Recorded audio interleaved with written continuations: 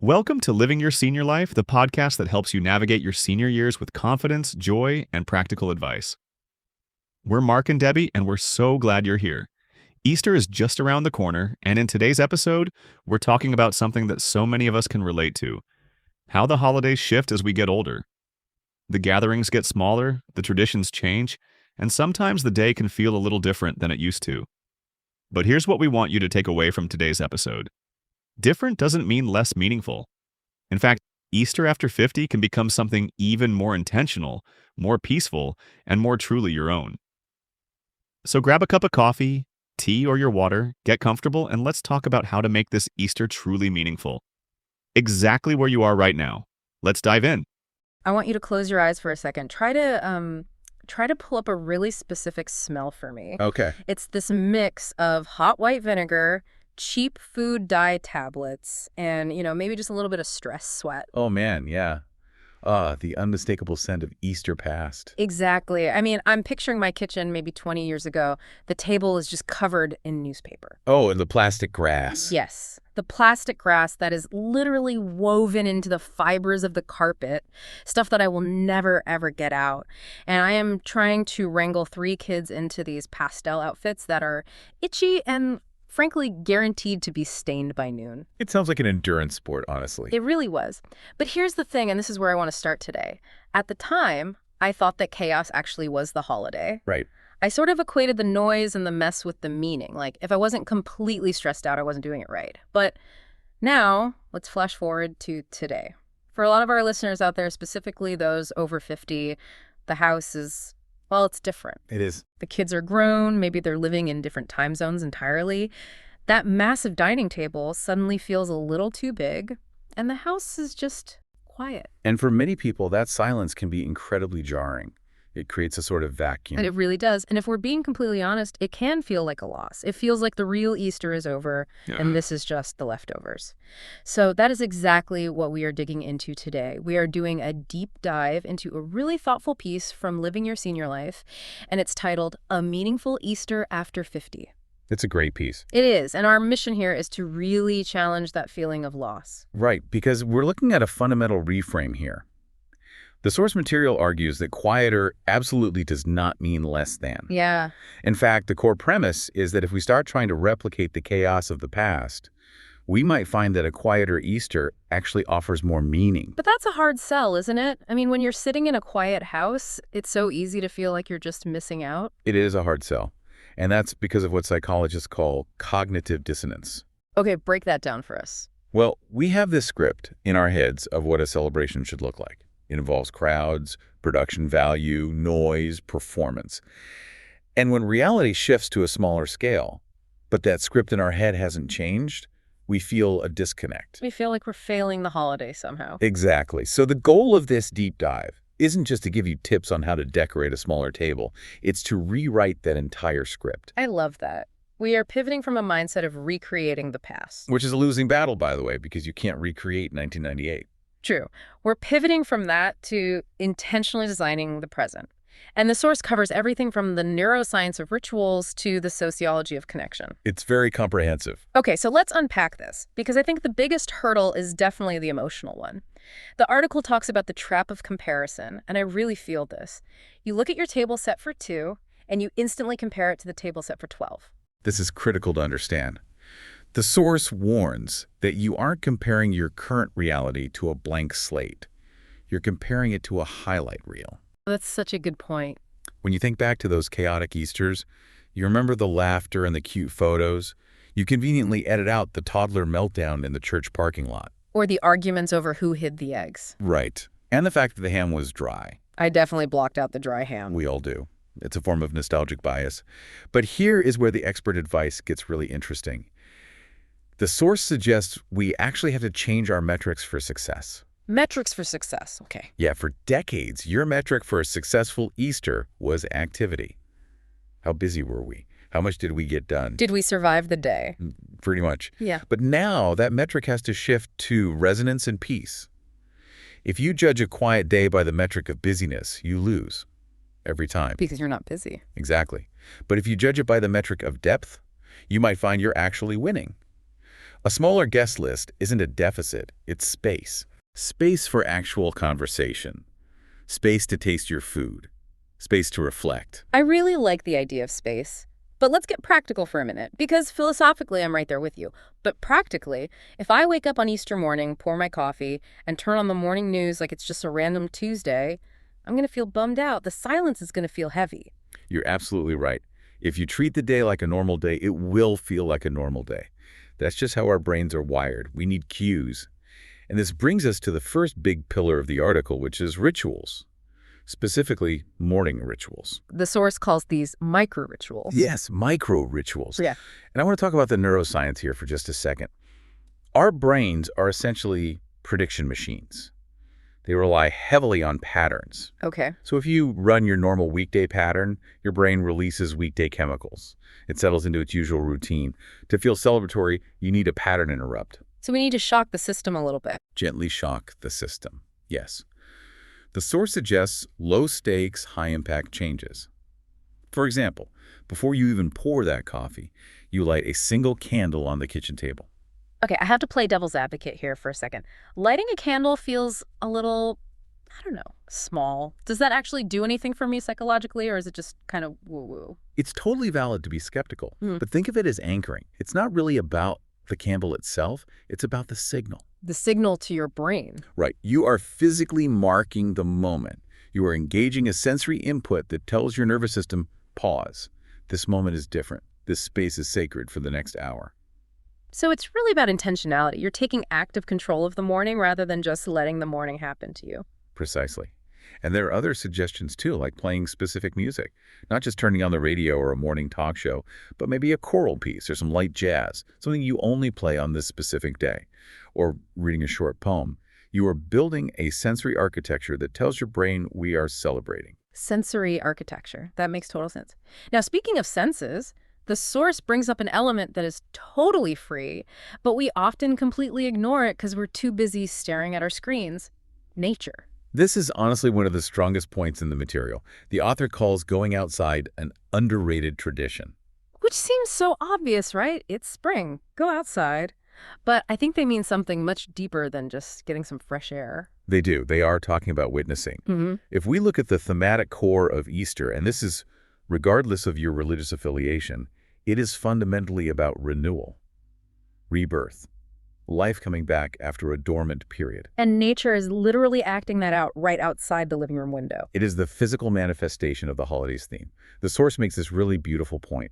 Plastic eggs and pastel streamers are artificial attempts to mimic what the Earth is already doing naturally. Wow, yeah. When you step outside and look for budding trees or listen for the return of bird migration, you're connecting to the actual source of the metaphor. It's incredibly grounding. It reminds you that the cycle continues even if your own house is a bit quieter this year. And biologically speaking, we know that exposure to fractal patterns in nature and just getting real sunlight reduces cortisol and boosts serotonin. It physically shifts your mood. That's real science. It regulates your nervous system in a way that scrolling through Facebook photos of other people's grandkids never will.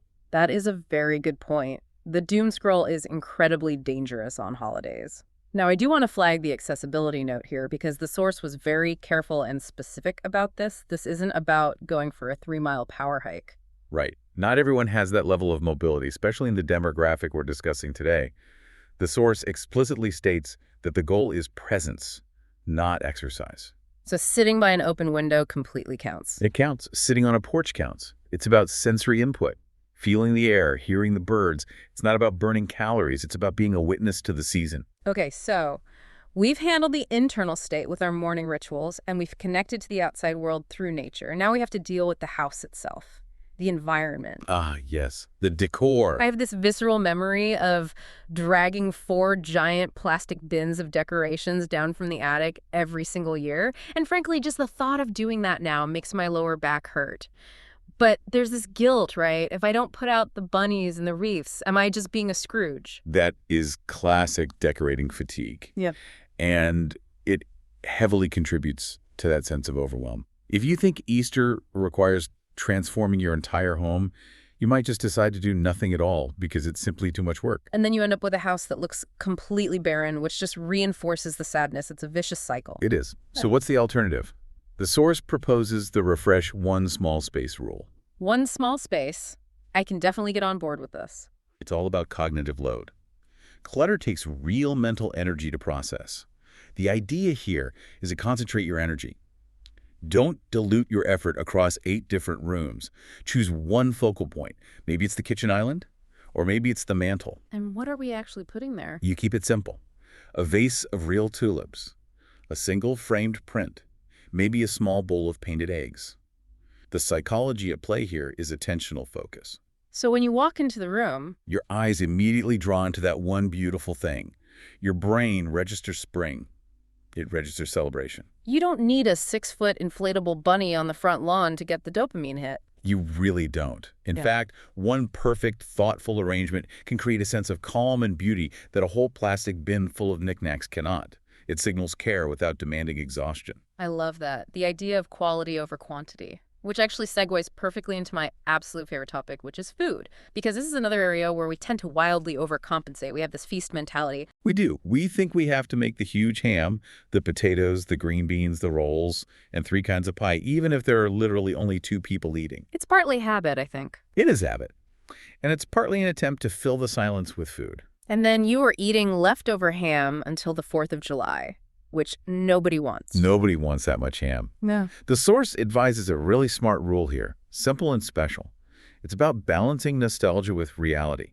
You identify what they call the anchor dish. The anchor dish. Break that down for us. You ask yourself, what is the one flavor that makes it Easter for me? Maybe it's your grandmother's recipe for deviled eggs. Maybe it's a specific brown sugar glaze on a much smaller ham. For me, it's hot cross buns. If I don't have those, it just isn't Easter. Okay, perfect. So you make the hot cross buns, you put your effort and love into that one thing, but for the rest of the meal, you keep it fresh and simple, make a nice spring salad, get some good artisanal bread. You do not need 12 side dishes. And the article actually gives us full permission to outsource, thank goodness. 100%. If your anchor dish is the only thing you physically cook, and you order the rest from a local bistro, that is a massive win. The goal is the gathering, not the toil in the kitchen. But here is the tricky part, and I really want to push on this for a second. What if there isn't really a gathering? What if you are dining completely alone, or maybe just you and a spouse? It feels very easy to just say, why bother setting the table? Let's just eat in the kitchen over the sink. The source takes a very strong stance on this, and honestly, I think it's the most poignant part of the entire article. It talks about self-worth.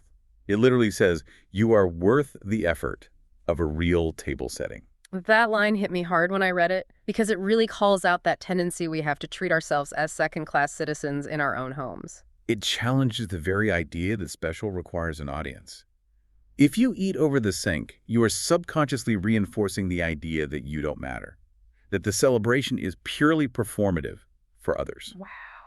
But if you put out the good china, light the candle, pour a nice glass of wine, you are treating yourself like the guest of honor. You're validating the holiday for yourself. Exactly. You aren't waiting for a crowd to tell you that the day matters. You are actively deciding it matters. And psychologically, that is a massive shift in self-regard. That is huge. But let's look at the connection piece too, because even if we treat ourselves incredibly well, loneliness is a genuine health issue as we age. We can't just mindset our way out of the fundamental human need for contact. No, we can't. Yeah. And we definitely shouldn't try. The source cites some sobering data from the CDC, the Centers for Disease Control.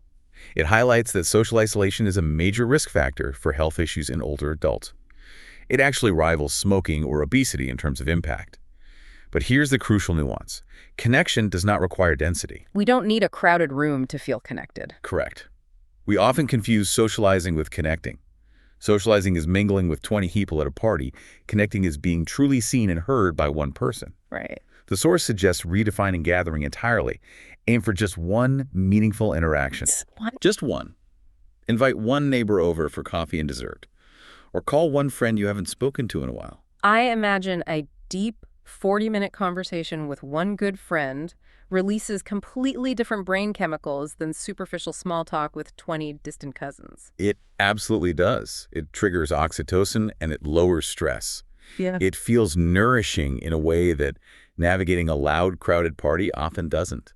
We call this social depth versus social breadth. That makes a lot of sense. What about the digital piece, though? Because so many families are geographically separated now. We've all had those family video calls that are just painful. Oh, the classic, you're on mute, Grandma, chaos. Exactly. Everyone is talking over each other, or worse, everyone is just staring silently at the screen because they don't know whose turn it is to speak. It somehow makes you feel more distant. It really does. The source calls for digital intention here. Do not just open a video call and hope for the best. Structure is what saves the day. Give us an example of what that structure looks like. The source suggests actually eating a meal together over video. You set the phone or tablet up right at the table, or having a specific prompt prepared. You go around the virtual table and have everyone share one thing they are grateful for or one thing they are looking forward to this spring. It gives everyone a job. It creates a safe container for the conversation. It takes the pressure off of the organic flow and makes the distance feel a lot smaller. Because you are sharing a specific experience, the prompt, not just staring at pixels on a screen. I really like that. Turn the casual check-in into an actual event. Okay, so we've covered the day itself. We talked about the morning, the decor, the food, the people. But this deep dive goes one step further. It talks about using this specific time of year for personal growth. Which isn't usually the very first thing we associate with Easter. We tend to think of it as a religious holiday or a family holiday, but rarely as a self-improvement holiday. Right, that's usually strictly New Year's territory. But the source makes a compelling argument that spring is actually the much more natural time for new beginnings. Think about it. New Year's is in the dead of winter. Everything is frozen. It's really hard to start new habits when you biologically just want to hibernate. That's so true. Spring is when biology actually supports growth. And they reference the National Institute on Aging here regarding purpose, right? Yes. The research is incredibly clear that healthy aging involves continued evolution. We don't just stop becoming new versions of ourselves simply because we hit 50 or 60. The source suggests 2 specific exercises for this. First, the tradition audit. The tradition audit. It sounds very official, like the IRS is coming for my chocolate bunnies. It sounds intimidating, but it's actually incredibly liberating. You sit down and honestly ask yourself, which of these traditions genuinely bring me joy, and which ones just feel like an obligation? That requires some brutal honesty, though. Is it disrespectful to just stop doing something you've done for 30 years? Not at all. It's evolution. Look, maybe you realize you hate baking that lamb cake every year. You've done it for 30 years, and you secretly hate it. Just stop doing it. Stop doing it. Permission granted. But on the flip side, maybe you realize you cook a certain recipe, not because you even like the taste, but because it connects you to a parent you lost. That's a keeper. That's meaningful. It's all about curating your life so that your energy goes toward things that actually give something back to you. And the second exercise is the spring intention. This is the growth mindset piece. The source suggests writing down one very simple intention for the season. Not a grand resolution, not I will lose 10 pounds, but intention for how you want to live. Give us some examples of that. Something like, I will spend more time outdoors, or I will reach out to one friend each week, or even, I will say yes to one new experience. It's gentle. It's not punishing. It is gentle, but the key is writing it down. That gives it weight. It turns a passing wish into a concrete plan. The source puts it beautifully when they say, growth doesn't stop at 50, it just changes form. It becomes less about achievement and much more about depth. So if we zoom out and look at all of this, we've really completely reframed the holiday. We've gone from dreading the quiet house to seeing it as a blank canvas. We've traded the chaos for a candle, the plastic grass for real nature, and the big crowd for deep connection. We are actively moving from noise to meaning. And that leads us to the challenge. We always like to leave our listeners with something actionable. And the source has a specific Easter challenge. Yes. And I want everyone listening to pay close attention to this, because the tendency, especially for the lifelong learners listening to this show, will be to try and do absolutely everything we just talked about. Which would completely defeat the purpose of a quiet, peaceful Easter. Exactly. The challenge is this. Pick just one idea we discussed today. Just one. Do not overhaul your entire life by this Sunday. So maybe it's just trying the morning ritual. Or maybe it's just buying those real tulips for the counter. Or maybe it's finally making that one phone call to a friend. Pick one thing. Write it down. Put it on your fridge or on your bathroom mirror so you are guaranteed to see it before Easter morning. Because small intentions stick much longer than grand plans. They do. and they build your confidence. It's about proving to yourself that you actually have the power to design a day that feels good to you. You know, looking back at all this, it's funny. We spend the first half of our lives trying to make holidays bigger, louder, more impressive. We really think that's where the magic is. And we spend the second half learning that the magic was actually in the quiet moments between the noise. It's a hard lesson to learn, but it's a good one. Before we go, I want to leave you, the listener, with a thought that came up while I was prepping for this. Go for it. It's about this whole concept of renewal. We keep saying Easter is about renewal, but if you look at nature, which is the ultimate expert on the subject, renewal is completely silent. That's incredibly true. Flowers don't scream when they bloom. Trees don't throw a massive party when they get their leaves back. It just happens quietly, it happens consistently, and it happens without any fanfare at all. That is a profound observation. We often feel like our celebrations need to be loud to be valid, but the most significant changes in the world happen in total silence. So perhaps the most significant renewal you can experience this year won't happen at a loud dinner party, but in the quietest moment of your morning. I think that's the perfect place to leave it. Go pick your one thing. Thanks for joining us on this deep dive. Take care, everyone. We hope today's episode gave you some simple and meaningful ideas to make this Easter feel special in a way that fits exactly where you are right now. Remember, you don't need elaborate plans or a full house to have a beautiful day. You just need a little intention and one or two ideas that feel right for you.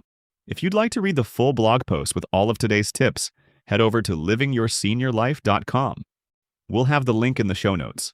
If you enjoyed this episode, we'd love it if you'd share it with a friend who might need a little Easter inspiration this season.